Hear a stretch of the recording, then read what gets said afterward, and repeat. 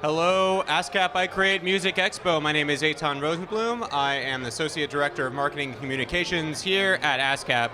And I have with us Morten Lauridsen, a choral composer, educator, conductor, and all-around swell gentleman. Thank you for joining us, Mr. Lauridsen. I'm happy to be here. So many of your works are settings of centuries-old writings, religious and secular, Right. which have been interpreted so many times. Yes. So, do you have to consider what has come before when you're composing a new setting of that? Well, constantly, but on all my settings, be they sacred or secular, I go for those texts that have, I think, a universal meaning, universal appeal, and I go for the finest poets possible. Rilke, Neruda, Lorca, so many of the poets that speak to the human condition. And this would also include the time-tested, centuries-old Latin scriptures.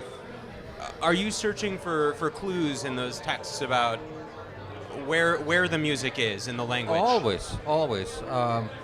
I'm constantly on the prowl for texts, and I look for those texts that I have a visceral reaction to initially, and then look for the meaning of the text and research the poet and the contextual, everything about the text as I can. But I found that I can best set those texts that resonate very deeply with me, and then I begin the task of trying to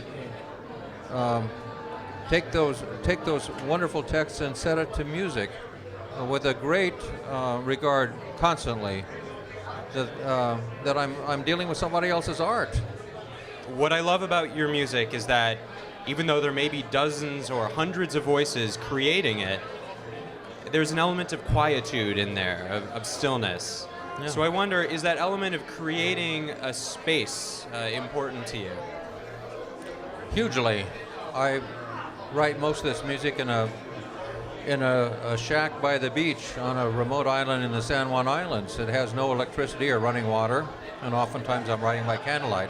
But I find that I can do my best work if I'm in a quiet place, a place of solitude and contemplation, so I don't have to deal with this that we're dealing with right now. So that must seep into the music that you write. Constantly. I get letters constantly from people saying that they can feel the contemplative nature of my setting in the stillness of my music.